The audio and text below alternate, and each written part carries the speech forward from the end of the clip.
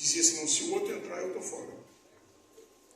E, na verdade, eles brigavam por um pedaço da fatia do bolo que estava no outro. Então, convencia o motorista de táxi, pagava a cabeça, né? Eu acho que vocês conhecem isso, né? Quando o hóspede chegava no táxi e disse, não, eu preciso ir para o hotel tal, assim, mas tem certeza? Lá está cheio de barata, o último cliente que eu levei para lá reclamou para caramba. Você não quer ir para outro? Então, esse era o nível de competitividade. Um tentando pegar um pedacinho da fatia do outro, para poder se manter no mercado, para poder crescer. E o que a gente procurou fazer foi mostrar para eles o seguinte, se todos nós trabalharmos juntos, nós vamos ter um bolo maior. E se o bolo for maior, sua fatia vai ser maior. Você não precisa brigar com o outro para pegar um pedaço dele, e nem ele brigar com você para pegar um pedaço seu. Todos nós teremos uma fatia melhor, muito maior, se a gente trabalhar junto. E foi aí que começaram a se criar os clusters de turismo. E eu estou muito feliz de ouvir o que eu ouvi aqui. Vocês têm essa consciência e, pelo que eu estou percebendo, tomaram uma decisão irreversível, eu espero, de trabalhar juntos, de consolidar o seu polo, o seu destino turístico de maneira importante. Mas o que me pediram para falar aqui foi sobre cidades inteligentes. E eu até fico pensando até que ponto cabe isso dentro do contexto do planejamento e desenvolvimento urbano. Eu fui prefeito 8 anos, numa cidade relativamente grande, 400 mil habitantes, uma cidade que dá muito trabalho para a gente administrar. E a gente aprende muito. Uma das coisas que a gente aprende ao longo da vida é que quanto mais inteligente for a relação da prefeitura com as pessoas para as quais ela trabalha, melhor é o desempenho da cidade. Os negócios fluem melhor, a vida, a qualidade de vida melhora. E a gente precisa estabelecer essa ponte, essa relação, esse diálogo. Hoje em dia, tecnologia ajuda muito. Nós temos tecnologia para várias coisas, só que cidade inteligente só existe se as pessoas forem inteligentes. Não existe cidade inteligente sem pessoas inteligentes. E pessoas inteligentes entendem o que é que está por vir e como que a gente se adapta a essas coisas. Eu quero comentar com vocês aqui sobre algumas dessas coisas. Em primeiro lugar, já ouviram falar dessa frase? Brasil, país do futuro? Pois é, eu também estou escutando isso desde que eu era criança. E quando eu era criança, eu ficava feliz quando eu ouvia essa frase, porque eu dizia assim, o meu futuro está inteirinho pela frente, e do Brasil também, a gente vai se encontrar, vai ser uma maravilha. Só que o meu passou e o dele não. O Brasil continua sendo o país do futuro. E por quê? Por que a gente não chegou lá? Eu não sei para vocês como é que funciona isso, mas para mim é o seguinte, quando eu ouço essa frase, Brasil, país do futuro, sabe o que entra na minha cabeça imediatamente? É que ainda não está bom, dá para ficar melhor. Ainda não está do jeito que a gente gostaria que estivesse. Dá para melhorar. E quando eu traduzo isso para a minha cidade, na condição de prefeito, eu fico pensando assim, tá bom, mas melhorar o quê e quanto? Quanto que eu preciso melhorar para ficar bom? Aí eu pego os indicadores de saúde, de educação, de trânsito, de infraestrutura, de desenvolvimento econômico, e digo, bom, não está ainda bom, mas qual é o número que traduz o que eu entendo que é bom? E será que o que eu entendo que é bom é o que todo mundo pensa que é bom? Então, como é que a gente legitima esta ideia do que é bom e como que a gente visualiza aquilo que a gente gostaria de ser? Não é fácil. Responder essa pergunta não é fácil. Como que eu gostaria que minha cidade fosse daqui 10 anos, daqui 20 anos? É muito difícil responder essa pergunta. Você pode chutar e dizer, eu queria que fosse melhor. Tá bom, mas melhor em quê? Quanto que ela tem que melhorar? Não esperem que a sua prefeitura responda essa pergunta. Eu estou dizendo isso para vocês como prefeito. Tá? Não esperem. Porque lá na prefeitura, a nossa equipe está por aqui de serviço para resolver o que a população já queria que estivesse pronto. Não é o que vai ficar pronto lá na frente. É aquilo que a gente já está devendo para eles. É asfalto, é vaga na creche, é remédio no posto, é médico, é uma porção de coisa. E a equipe está dando um duro danado para tentar entregar aquilo que nós estamos devendo. nós não temos pessoas com a formação, a qualificação para entender o que vem pela frente e preparar esse caminho. Não esperem isso do prefeito. E mesmo que a gente quisesse forçar a barra e pressionar o prefeito para fazer isso, a gente estaria cometendo um grave erro. Pelo seguinte, o futuro, não adianta a gente programar o ano que vem, daqui 2 anos. Nós temos que falar daqui 10, 20 anos. Nenhum político no mundo, nenhum, nem Lula, nem Bolsonaro, nem ninguém no mundo, tem poder suficiente para proteger um projeto por 20 anos. Porque se ele perder a eleição com o adversário político, o projeto vai ser jogado no lixo. Eu não sei aqui, mas na minha terra é assim que funciona. Se o projeto é do outro e eu sou adversário dele, para começar, eu já me elegi descendo o cacete no projeto dele, para começar a conversa. Então eu não tenho como adotar o projeto dele depois que eu me elegi. Eu tenho que jogar fora.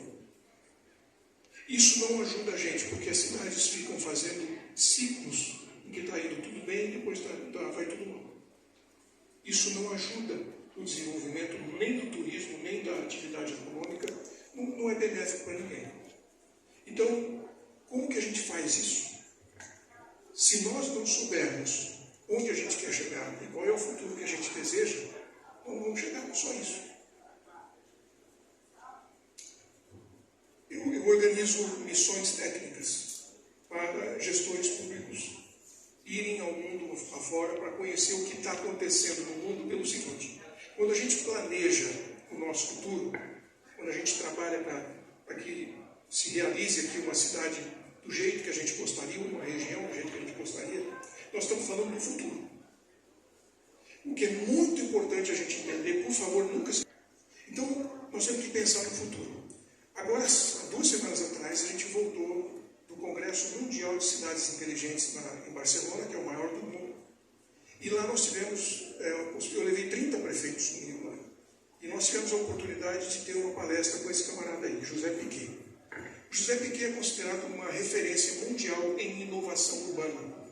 Esse cara fez um trabalho fantástico na transformação de uma área industrial de Barcelona no maior polo de inovação urbana que existe no planeta Terra. Chama-se 22 Arroba. Ele foi o primeiro gestor do 22 Arroba. E ele deu uma palestra para a nossa delegação brasileira que estava lá. E ele começou a palestra fazendo um comentário que eu quero compartilhar com vocês aqui, se vocês me permitem.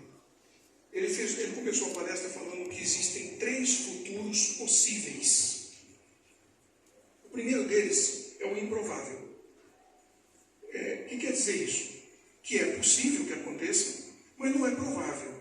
Se acontecer, é uma situação inesperada, uma situação fora da curva. Por exemplo, em setembro desse ano, eu levei um grupo de prefeitos para Israel e nós fomos visitar a faixa de Gaza. E tinha uma cidade lá de 2,5 milhões de habitantes. O que aconteceu? O que tem lá hoje? Escombros e nada mais. Gente, nós estivemos lá em setembro desse ano. Em 3 meses, não existe mais uma cidade de 2,5 milhões de habitantes. Acabou. Então, isso é o que ele chama de improvável. Pode acontecer, como de fato aconteceu, mas não era uma coisa provável de ocorrer. Foi uma situação fora do nosso controle. Existe um outro futuro possível, que é o provável. O que é o provável?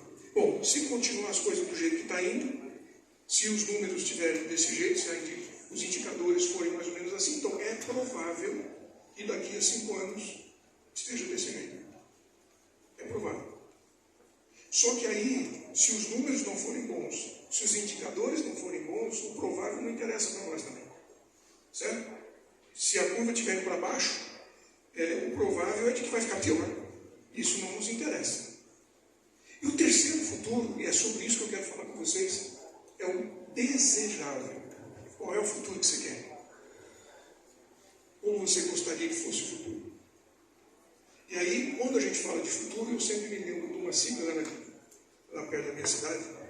Quem aqui que entende bem desse negócio de bola de cristal? Tem alguém aqui que manja como é que funciona o negócio? Não tem ninguém aqui que manja disso. Também não faz diferença nenhuma, porque a gente não precisa de bola de cristal. Isso é bem bem claro, nós não precisamos de bola de cristal. Para a gente saber como que o futuro vai ser, nós precisamos de outra coisa. E uma delas é o radar ligado naquilo que nós já sabemos que vai acontecer. E aí eu queria colocar para vocês o seguinte. O Peter Drucker dizia assim, a melhor maneira de prever o futuro é criá-lo. Qual o futuro que você quer? Como você gostaria que a região da Ibiapaba fosse daqui a 10 anos? Então vamos pensar nisso, vamos dedicar tempo para pensar nessas coisas. E ele também dizia que o planejamento de longo prazo não tem nada a ver com decisão futura. Ele tem que ver com as consequências das decisões que você toma hoje. E eu, por minha conta, colocaria uma vírgula ou um parêntese e escreveria decisões entre parênteses, omissões. O que você decidiu fazer e o que você decidiu não fazer. Essas duas coisas definem o que vai acontecer no seu futuro. Então, dentro dessa lógica, vamos imaginar, só imaginar, o que aconteceria daqui até 2030, para a gente ter um número, né, só para ter um lugar para a gente pensar. E aí eu pergunto para vocês, quem aqui tem WhatsApp? Quem não tem WhatsApp? Bom, vamos perguntar assim que fica mais fácil. Quem que não usa o WhatsApp? Todo mundo usa ou alguém não escutou a pergunta? Né? Todo mundo usa. O WhatsApp mudou a vida de vocês? Mudou? Eu não vou perguntar se foi para melhor ou para pior, mas mudou. Não é? Para algumas pessoas mudou para melhor, para outras pessoas mudou para pior. E aí, vamos incluir nesse pessoas PJ e PF. Não é só pessoa física. Pessoas jurídicas hoje vivem trabalhando com o WhatsApp. E o WhatsApp fez uma transformação muito grande no mundo, porque até ele entrar no mercado, grandes empresas de telecomunicações tomavam uma grana boa da gente todo mês com ligação interurbana, não é? Vinha na conta lá os interurbanos, a mudança no mundo todo foi muito rápida. Foi muito rápida. E o que eu quero dizer para vocês é que vai mudar ainda mais e mais rápido. A gente hoje é dependente do WhatsApp. Daqui até 2030, ou antes, nós seremos dependentes do metaverso. Tanto quanto a gente é do WhatsApp hoje. E tem muita gente que já ouviu falar essa palavra, mas não tem a menor ideia do que seja. Não sabe o que é, mas já ouviu falar.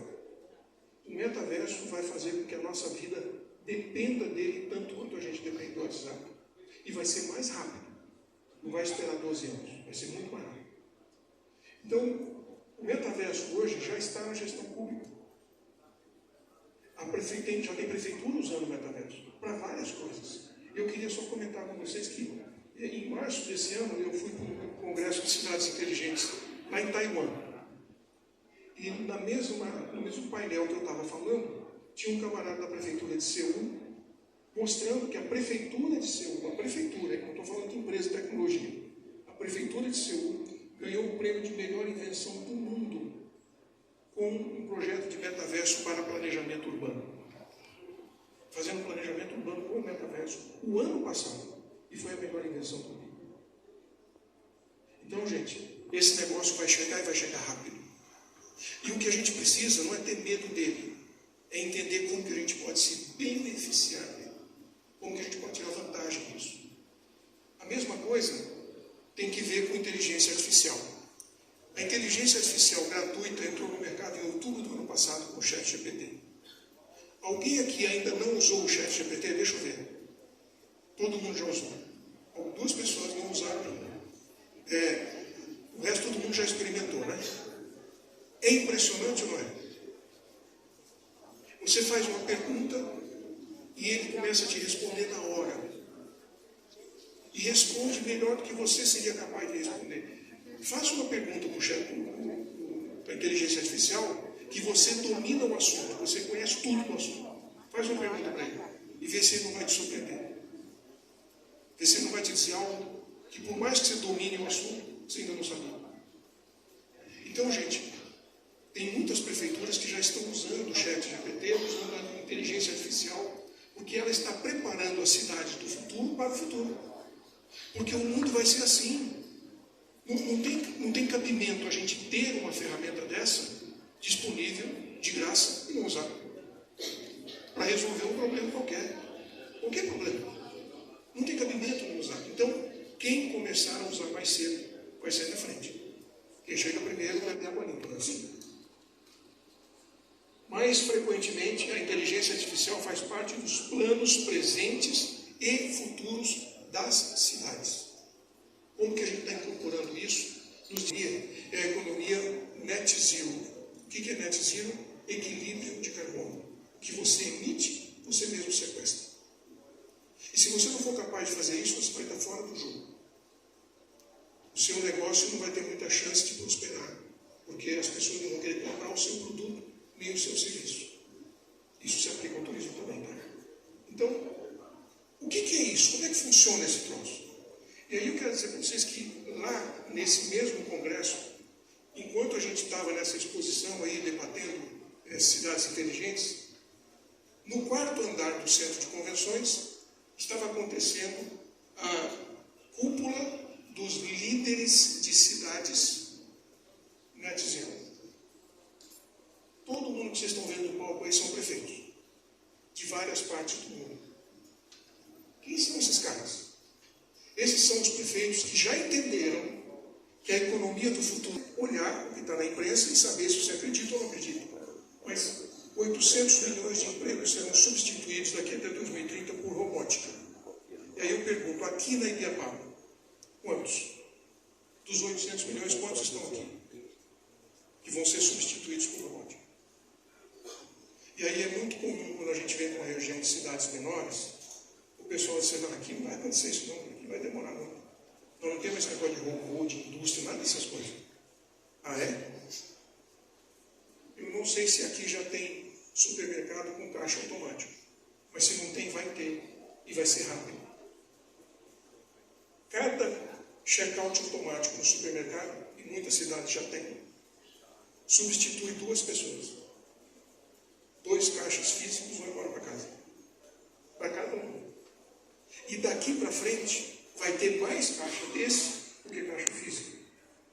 Antes de 2030, nós vamos chegar a uma situação em que o supermercado tem caixa física como exceção, só para atender os idosos, nem eu, que às vezes se enrola com a maquininha. Mas a gente aprende. A gente aprende.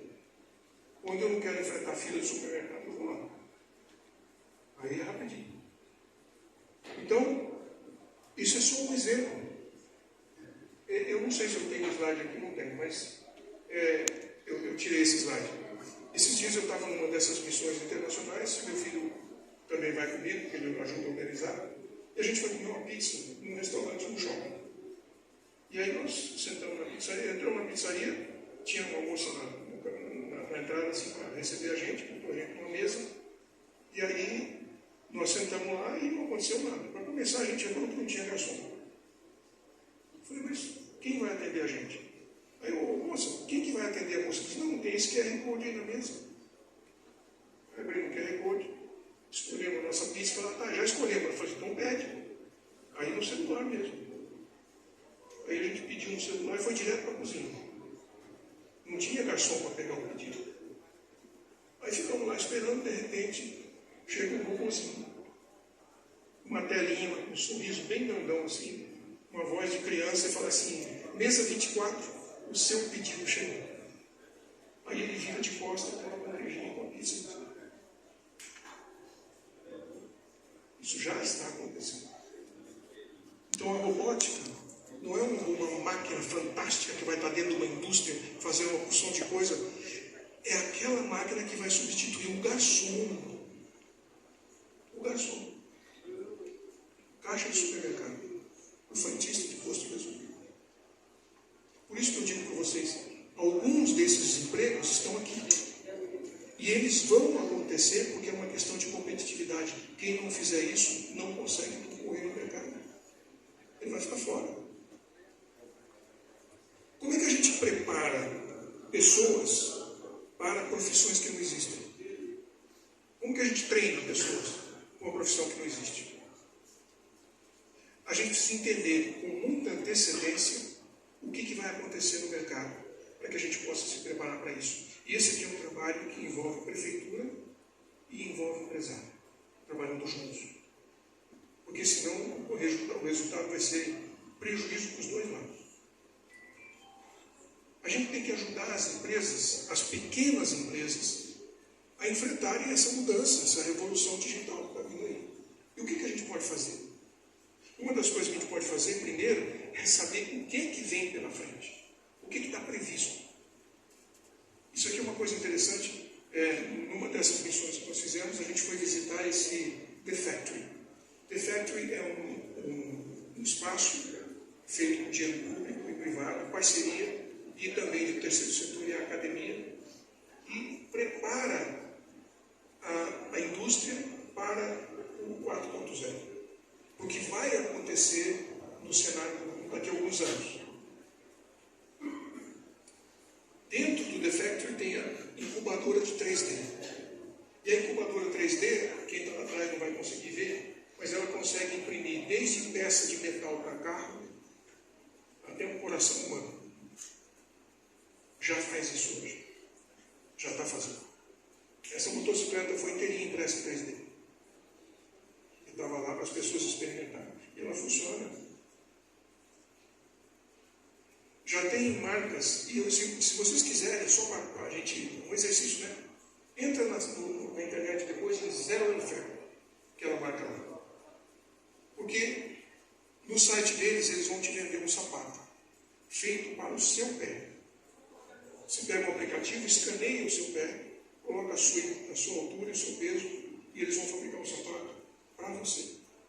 Feito para você. E já tem vários modelos para vender lá, inclusive. Custa $250 cada par de sapato. Ainda é um pouco caro. Mas é uma experiência. Você tem um sapato personalizado. Agora, tudo bem, quando você não quer mais o sapato, normalmente a gente dá para alguém. Esse aqui não dá para dar porque ele só serve no seu pé. Então, você devolve. Quando você compra o sapato, já vem uma taxa de devolução grátis. Você devolve, eles desmancham o sapato e fazem outro. Zero lixo. Não tem resíduo.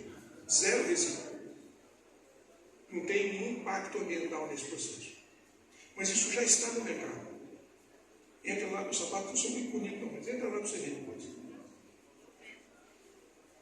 Agora, isso aqui é de doer. Esse dói, né? Esse aqui dói. Um bife impresso em 3D? Aí é complicado. Mas é verdade. E o que é mais interessante, o bife é de carne de boi mesmo. Não é desses bife fake, né? Que é vegetal, que parece animal. Não é carne de mentira, é carne de verdade. É um bife feito de célula de boi mesmo, de vaca. Na verdade, eles não usam boi, eles usam vaca. E eles estavam explicando por que eles usam a vaca. Porque a lógica de fazer esse bife é a seguinte: o feto humano ou de qualquer ser vivo é a ligação de duas células, só duas, e que depois vai se multiplicando e forma uma pessoa. Não é isso? Eles usaram o mesmo princípio. Multiplica a célula e depois faz o que você quiser, usando uma pessoa.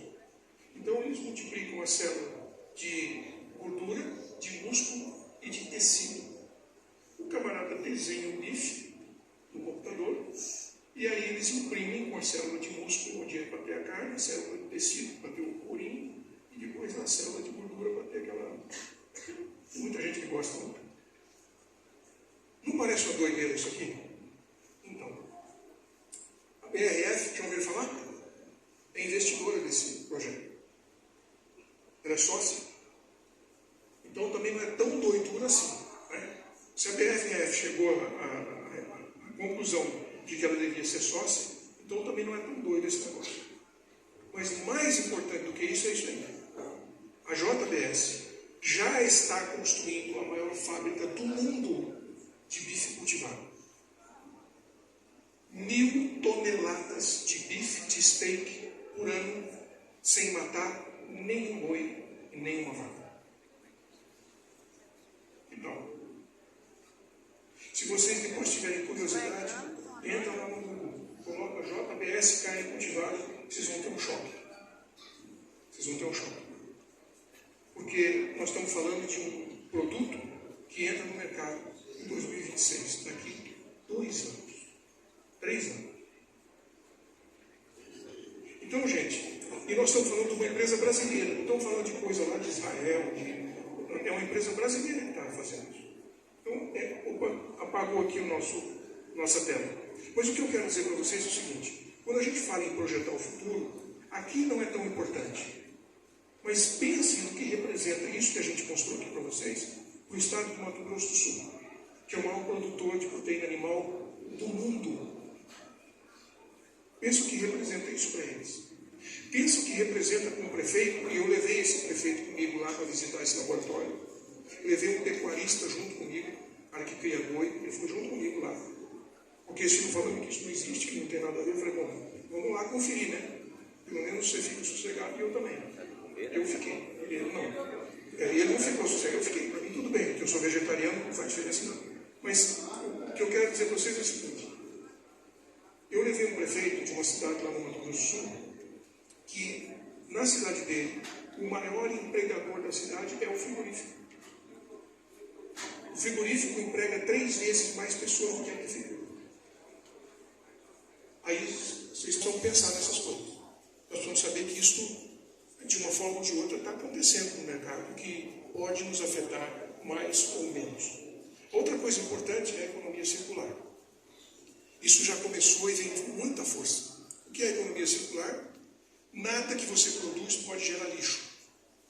Tudo que você produz, no fim do ciclo de vida, ou os resíduos, tem que voltar para o cenário de produção como insumo. Tem que ser transformado em insumo. E nenhuma empresa vai conseguir vender no mercado se ela não entrar na economia circular dentro de alguns anos, e não vai demorar muito, viu?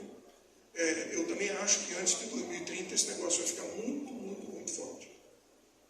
E aí, o que acontece? Como que uma empresa faz o seu resíduo industrial virar insumo sozinho? É difícil. Quem é o maior produtor de lixo de uma cidade? Quem tem maior quantidade de lixo na cidade? A prefeitura. Certo? Então, se a prefeitura encontrar um jeito de transformar o lixo urbano em outro produto, um insumo, as empresas da cidade talvez possam usar isso. Ela possa pegar o resíduo dela e colocar nesse mesmo sistema e transformar em insumo, e aí ela está dentro da economia circular. A humanidade transforma 91% daquilo que ela produz em resíduo, em lixo. O aterro não é uma solução de economia circular. E já tem muitas cidades que estão clamando com o prefeito e com os vereadores não aprovarem aterro no município. Tem pressão de todo lado. A pequena cidade de 30 mil habitantes lá no Paraná tomou a decisão de transformar o lixo do saco preto que a gente põe para fora de casa em madeira biosintética. Usa uma tecnologia brasileira desenvolvida no Rio Grande do Sul, que recebe o lixo e em 10 minutos, contado no relógio, e eu estou dizendo isso para vocês porque fui eu que filmei isso, eu estava lá. Em 10 minutos o lixo entra lá e sai como um composto biosintético sem cheiro, seco e inerte, que pode ser usado como combustível para caldeira, pode se gerar energia elétrica ou pode ser transformado em madeira biosintética, madeira plástica. Tecnologia brasileira. Então, esta máquina pode fazer morão de cerca, pode fazer tábua, pode fazer banco de praça, pode fazer qualquer coisa com madeira biosintética. Justifica a gente continuar enterrando lixo? Quando ele pode vir